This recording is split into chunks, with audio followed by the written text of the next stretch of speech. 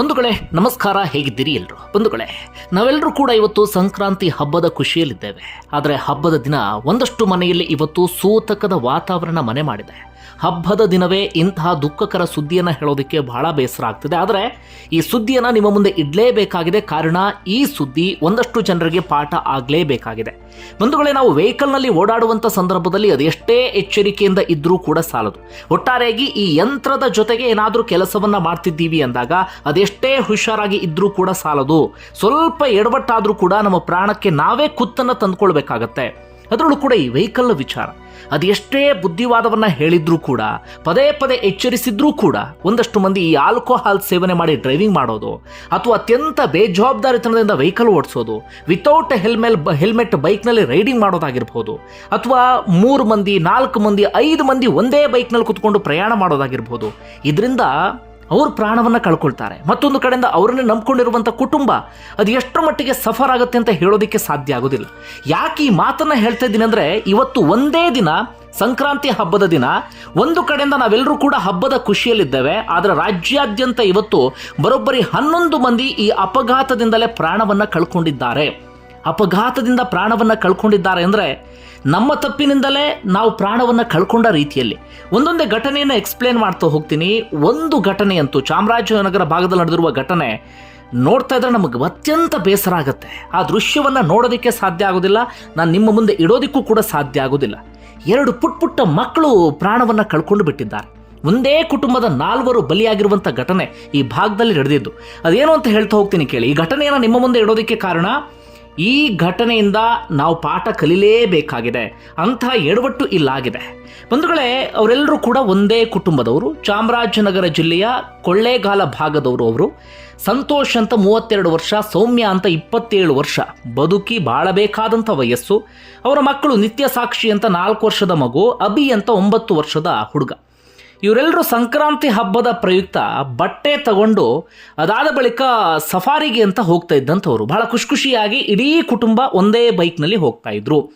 ಬಂಧುಗಳೇ, ನಾನು ಇದನ್ನೇ ಹೇಳಿದ್ದು, ದಯವಿಟ್ಟು ಈ ಕಾರಣಕ್ಕಾಗಿ ಸರ್ಕಾರ ನಿಯಮವನ್ನು ಜಾರಿಗೆ ತರೋದು, ಒಂದು ಬೈಕ್ನಲ್ಲಿ 3 ಜನ 4 ಜನ ಪ್ರಯಾಣ ಮಾಡಬೇಡಿ ಅಂತ.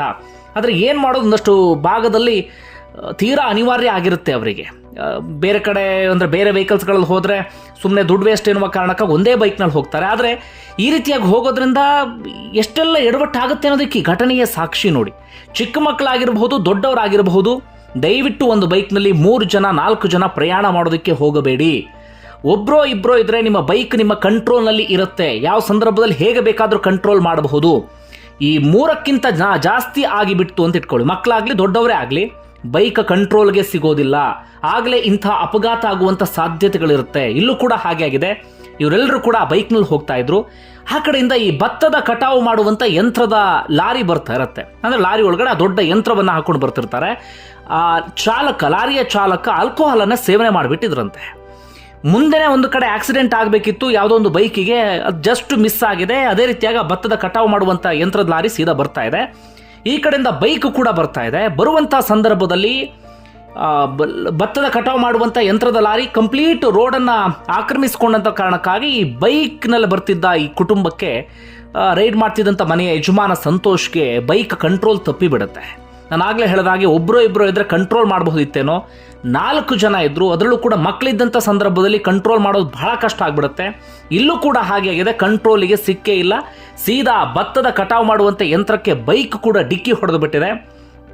ಆ ಲಾರಿ ಚಾಲಕ ಸರಿಯಾದ ರೀತಿಯಲ್ಲಿ ಬರ್ತಾ ಇದ್ದಿದ್ರೆ ಬೈಕ್ ಹೋಗಿ ಡಿಕ್ಕಿ ಹೊಡಿತಾ ಇರಲಿಲ್ಲ. ಆತ ಅಡ್ಡಾದಿಡ್ಡಿಯಾಗಿ ರಸ್ತೆಯಲ್ಲಿ ಆ ಲಾರಿಯನ್ನು ಚಲಾಯಿಸ್ಕೊಂಡು ಬರ್ತಾ ಇದ್ದ.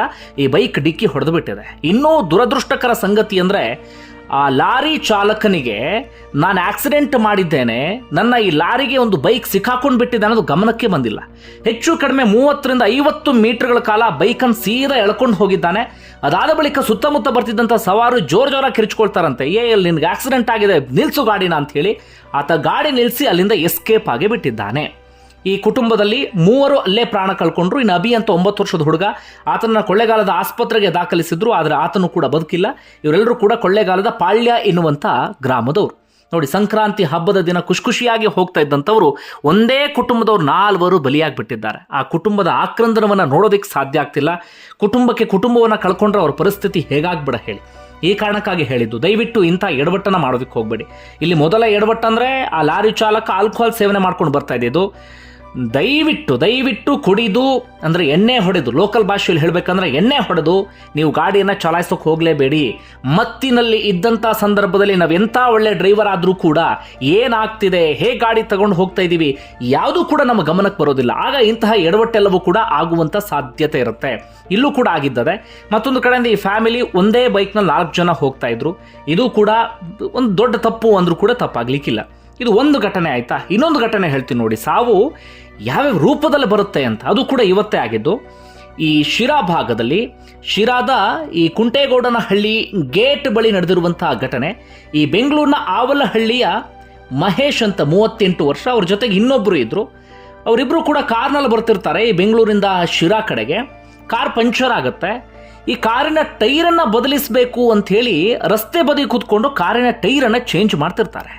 ಆ ಸಂದರ್ಭದಲ್ಲಿ ಮತ್ತೊಂದು ವೆಹಿಕಲ್ ಬರುತ್ತೆ. ಇವರಿಬ್ಬರಿಗೂ ಕೂಡ ಗುದ್ಕೊಂಡು ಆ ವೆಹಿಕಲ್ ಪಾಸ್ ಆಗಿಬಿಟ್ಟಿದೆ. Hit and run case.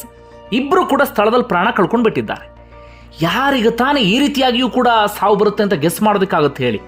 Tyre puncture ಆಗಿದೆ ಅಂತ ಹೇಳಿ ಆ ಟೈರನ್ನು ಬದಲಿಸುವಂಥ ಸಂದರ್ಭದಲ್ಲಿ ಯಾವುದೋ ಒಂದು ವೆಹಿಕಲ್ ಬಂದು ಹೊಡೆಯುತ್ತೆ ಅಂದರೆ ಏನು ಹೇಳಬೇಕು. ಪ್ರಥಮ ಘಟನೆ ಅಲ್ಲ ಬಿಡಿ, ಇಂಥದ್ದು ಪದೇ ಆಗ್ತಾನೆ ಇರುತ್ತೆ. ಈ ಕಾರಣಕ್ಕಾಗಿ ಹೇಳೋದು, ನೀವು ಟೈರ್ ಪಂಚರ್ ಆಯಿತು, ಇನ್ನೊಂದು ಆಯಿತು ಅಂತ ಹೇಳಿ ದಯವಿಟ್ಟು ರಸ್ತೆ ಪಕ್ಕದಲ್ಲಿ ನಿಲ್ಲಿಸ್ಕೊಂಡು ನೀವು ಟೈರನ್ನು ಬದಲಿಸೋಕೆ ಹೋಗಬೇಡಿ. ಆಗ ಇಂಥ ಎಡವಟ್ಟಾಗುತ್ತೆ. 3ನೇ ಘಟನೆ ಹೇಳ್ತೀನಿ ಕೇಳಿ. ಇದು ದಾವಣಗೆರೆ ಬಳಿ ನಡೆದಿರುವಂಥ ಘಟನೆ. ದಾವಣಗೆರೆಯ ನ್ಯಾಮತಿಯ ಸವಳಂಗ ಚಿನ್ನಿಕಟ್ಟಿ ಭಾಗದಲ್ಲಿ ನಡೆದಿರುವಂಥ ಘಟನೆ. ಅವರೆಲ್ಲರೂ ಕೂಡ ಭದ್ರಾವತಿಯ ಚಂದನಕೆರೆ ಅವರು. ಈ ಬೊಲೆರೋ ಗಾಡಿಯಲ್ಲಿ ಅವರು ಬರ್ತಿರ್ತಾರೆ. ಈ ಬೊಲೆರೋ ಗಾಡಿಯಲ್ಲಿ ಬರುವ ಸಂದರ್ಭದಲ್ಲಿ ಹಸು ಒಂದು ಅಡ್ಡ ಬರುತ್ತೆ. ಆ ಹಸುವನ್ನು ತಪ್ಪಿಸೋಕೆ ಅಂತ ಹೋಗ್ತಾರೆ. ತಪ್ಪಿಸೋಕೆ ಅಂತ ಹೋದ ಸಂದರ್ಭದಲ್ಲಿ ಆ ಬೊಲೆರೋ ಗಾಡಿ ಪಲ್ಟಿ ಆಗಿಬಿಟ್ಟಿದೆ. ಆ ಗಾಡಿಯಲ್ಲಿ ಇದ್ದಂಥ ಭದ್ರಾವತಿಯ ಚಂದನಕೆರೆ ಭಾಗದ 3 ಸಾವನ್ನಪ್ಪಿದ್ದಾರೆ. ಈ ಅಡಕೆ ಕೊಯ್ಲಿಗೆ ಅಂತ ಹೋಗ್ತಿದ್ದಂಥವ್ರಂತೆ ಅವರೆಲ್ಲರೂ ಕೂಡ 3 ಸಾವನ್ನಪ್ಪಿದ್ದಾರೆ. ನೋಡಿ, 3 ಸಾವು ಅಂದರೆ ಏನು ಸಾಮಾನ್ಯನ? ಚಾಮರಾಜನಗರದಲ್ಲಿ 4, ಈ ತುಮಕೂರಿನಲ್ಲಿ 2, ಈ ದಾವಣಗೆರೆಯಲ್ಲಿ ಮತ್ತು 3, ಇನ್ನು ಹಾವೇರಿಯಲ್ಲಿ ಒಂದು ಇನ್ಸಿಡೆಂಟ್ ಆಗಿದೆ. ಹಾಗೆ ಬೆಂಗಳೂರಿನಲ್ಲಿ ಮಧ್ಯರಾತ್ರಿಯಲ್ಲಿ ಒಂದು ಇನ್ಸಿಡೆಂಟ್ ಆಗಿದೆ, ಅಲ್ಲೋರ್ವ ಸಾವನ್ನಪ್ಪಿದ್ದಾನೆ. ಒಟ್ಟಾರೆಯಾಗಿ ಸಂಕ್ರಾಂತಿ ಹಬ್ಬದ ಖುಷಿಯಲ್ಲಿದ್ದೀವಿ ನಾವು, ಆದರೆ ರಾಜ್ಯದಲ್ಲಿ 11 ಬಲಿ ಆಗಿದೆ. ಈಗ ತಾನೇ ಮತ್ತೊಂದು ಸುದ್ದಿ ಬಂತು, ಇನ್ನೊಂದು ಕಡೆ ಇನ್ನಿಬ್ಬರು ಪ್ರಾಣ ಕಳ್ಕೊಂಡಿದ್ದಾರೆ ಅಂತೇಳಿ. ಹಾಗೆ ಇನ್ನೊಂದು ಸುದ್ದಿ ಬಂತು, ಇನ್ನೊಂದು ಅಪಘಾತದಲ್ಲಿ 4 ಜನಕ್ಕೆ ಗಂಭೀರವಾದಂಥ ಗಾಯ ಆಗಿದೆ ಅಂತ. ಇದು ಇವತ್ತಿನ ದುರಂತದ ಸುದ್ದಿ. ಹಬ್ಬದ ದಿನ ಇಂಥ ಸುದ್ದಿಯನ್ನು ಹೇಳಬಾರ್ದು ಅಂದ್ಕೊಳ್ತೀವಿ, ಆದರೆ ಇಂಥ ಸುದ್ದಿಯನ್ನು ತಲುಪಿಸಬೇಕಾಗತ್ತೆ. ಯಾಕಂದರೆ ಕೇವಲ ಸೆಲೆಬ್ರಿಟಿಗಳಿಗೋ ಇನ್ಯಾರಿಗೋ ಏನೋ ಆದಂಥ ಸಂದರ್ಭದಲ್ಲಿ ಮಾತ್ರ ನಾವು ಸುದ್ದಿಯನ್ನು ತಲುಪಿಸೋದಲ್ಲ, ಜನಸಾಮಾನ್ಯರಿಗೆ ಹೀಗಾದಾಗಲೂ ಕೂಡ ಆ ಸುದ್ದಿಯನ್ನು ತಲುಪಿಸಬೇಕಾಗತ್ತೆ. ಬಂಧುಗಳೇ, ಇದೆಲ್ಲವನ್ನೂ ಕೂಡ ನೋಡಿ ಆದರೂ ದಯವಿಟ್ಟು ರಸ್ತೆಯಲ್ಲಿ ಹೋಗುವಂಥ ಸಂದರ್ಭದಲ್ಲಿ ಆದಷ್ಟು ಎಚ್ಚರಿಕೆಯನ್ನು ವಹಿಸಿ. ಧನ್ಯವಾದ ವಿಡಿಯೋ ನೋಡಿದ್ದಕ್ಕಾಗಿ.